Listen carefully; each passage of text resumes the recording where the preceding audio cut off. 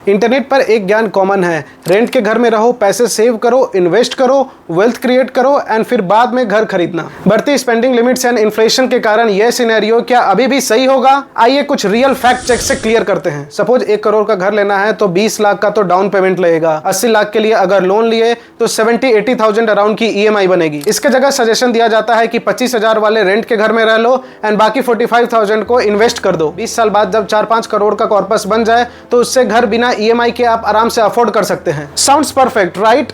Paper पर तो ये एकदम ठीक लग रहा, लेकिन रियलिटी क्या बता रही है? 20 साल तक डिसिप्लिन से हर महीने 45,000 इन्वेस्ट करना सबसे बड़ा चैलेंज यही है, जिसे 70-80% लोग पूरा नहीं कर पाते हैं। खासकर अभी के समय में जब अर्बन हाउस होल्ड स्पेंडिंग्स बढ़ते जा रही है, हमारा savings to investment ratio last 40 years में ऑल टाइम लोवेस्ट पर है। अब EMI को स्किप करने का कोई नहीं सोचते, लेकिन SIP को पॉज या बंद करना सबके कंट्रोल में होता है। मेट्रो सिटीज में रिसेंट ईयर्स में प्रॉपर्टी के प्राइस में डबल डिजिट का ग्रोथ देखा गया है और सैलरी बढ़ रही है 6-8% सिंगल डिजिट में। ऐसे में एक फिक्स्ड SIP के साथ बिना उसे बढ़ाए हुए सेम 1 करोड़ के घर को 20 साल बाद भी अफोर्ड कर पाना उतना आसान नहीं होगा। And one of the major point, working career. Suppose आप होम लोन के थ्रू 25 साल की उम्र में घर लेने का डिसाइड करते हैं, नोइंग टू द फैक्ट कि एटलीस्ट 45 ईयर्स तक की एज तक तो आपका वर्किंग कैरियर रहेगा ही। कंसीडरिंग कि सैलरी इंक्रीमेंट होगी, आपका प्रमोशन होगा, आप न्यू स्किल सेट सीखकर अपनी वैल्यू बढ़ाएंगे, तो इस वर्किंग कैरियर में EMI अफोर्ड कर पाना कंपैरेटिवली काफी आसान होगा। और जो बोनस वगैरह कुछ सरप्लस मनी आपको मिले तो उससे आप लोन को 10-12 साल में ही खत्म कर सकते हैं। एंड EMI की बात की जो सैलरी बढ़ेगी या लोन खत्म होने के बाद जो पैसे बनेंगे उसको आप इन्वेस्ट करके अपने लिए रिटायरमेंट फंड भी क्रिएट कर सकते हैं। वही ऑन द अदर हैंड जो रेंट पर रहने का सोच रहे हैं,